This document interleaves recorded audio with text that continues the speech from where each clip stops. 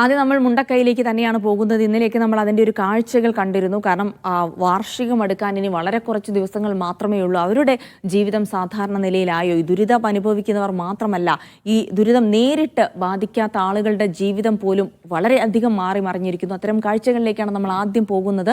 ദുരന്തം കുത്തിയൊലിച്ചു പോയിട്ട് ഒരു വർഷമാകുമ്പോഴും ചൂരൽമലക്കാരുടെ ജീവിതം സാധാരണ നിലയിലായിട്ടില്ല.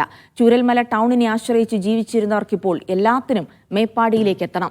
ആശുപത്രിയോ ബാങ്കോ എന്തിന്, അവരുടെ ഭാഷയിൽ പറഞ്ഞാൽ ഒരു ഫോട്ടോസ്റ്റാറ്റ് എടുക്കാൻ പോലും കിലോമീറ്ററുകൾ താണ്ടണം. ദുരന്തം നേരിട്ടല്ലാതെ മനുഷ്യനെ ബാധിക്കുന്നതിന് ഉദാഹരണമാണ് ചൂരൽമല.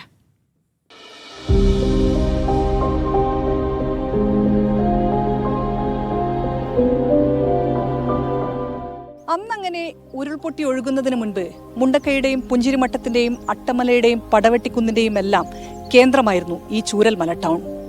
ആളുകൾ സൗഹൃദം പങ്കുവെച്ചിരുന്ന ഇടം, സ്നേഹം പകുത്തുവെച്ച് സാധനങ്ങൾ വാങ്ങി വീട്ടിലേക്ക് കൊണ്ടുപോയിരുന്ന സ്ഥലം. ഇന്നവിടെ ആളനക്കമില്ല.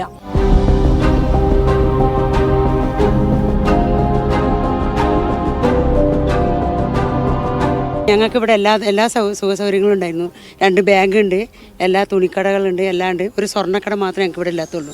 എല്ലാം ഉണ്ട്. ഞങ്ങൾ ചൂരൽമല 1ാം ക്ലാസ് തൊട്ട് +1 +2 വരെയുള്ള സ്കൂളുണ്ട്. ഞങ്ങളെല്ലാ പരിപാടികളും അവിടെ തന്നെ നടക്കൽ. എസ്റ്റേറ്റിൻ്റെ പരിപാടികളാണെങ്കിലും ഓണം, പിന്നെ ഓഗസ്റ്റ് 5-ന് മെയ്ദിന പരിപാടിയൊക്കെ ഞങ്ങൾ ആ ഗ്രൗണ്ടിലാണ് നടത്തിയിരുന്നത്. ഇവരുടെ ജീവിതത്തിൽ നിന്ന് ഈ ദൃശ്യങ്ങൾ മാഞ്ഞിട്ട് ഒരു വർഷം. ഓർമ്മയിൽ ഇപ്പോഴുമുണ്ട് ഉരുൾപൊട്ടി ഒഴുകി പോകാതെ ആ കാലം.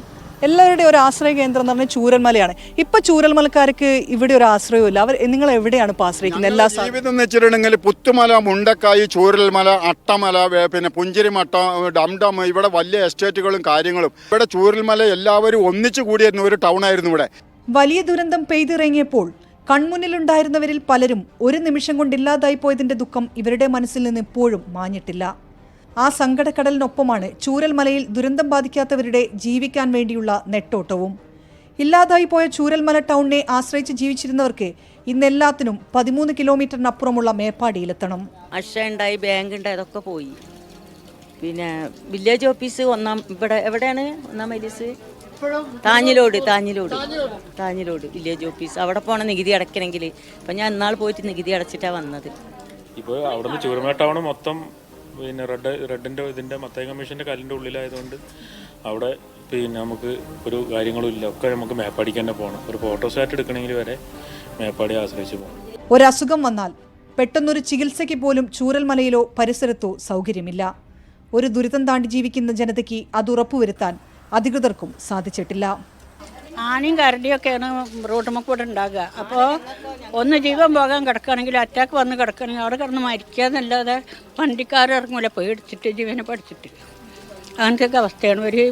പിന്നെ പാരസെറ്റമോൾ ഗുളിക കിട്ടണമെങ്കിൽ ഞങ്ങൾ ഭയങ്കര വിഷമത്തിലാണ്. അതിനും പോകണം മേപ്പാടിക്ക്. മരുന്ന് കിട്ടണമെങ്കിൽ വേണം മേപ്പാടി പോകണമെങ്കിൽ. ഒരു പ്രഷർ ഒരാൾക്ക് ഒരു പെട്ടെന്ന് കൂടിപ്പോയാൽ അതിന് പോകണം മേപ്പാടിക്ക്. നമുക്കൊരു ചെറിയൊരു ഡിസ്പെൻസറി അങ്ങനത്തെ ഒരു സൗകര്യങ്ങളും ഇവിടെ ഇല്ലാതെയാണ് ഞങ്ങളെ ഇവിടെ തന്നെ താമസിപ്പിച്ചിട്ടുള്ളത്. എല്ലാത്തിനും സാക്ഷിയായി മനസ്സു തകർന്ന് ജീവിക്കുന്നവരാണ്. അവരെ ചേർത്ത് നിർത്താനാകാതെ പോയാൽ വലിയ അനീതിയാകുമത്. ജയ്സൽ ബാബു പിലാശ്ശേരിക്കൊപ്പം ഷിത ജഗത്, മീഡിയ 1, കോഴിക്കോട്.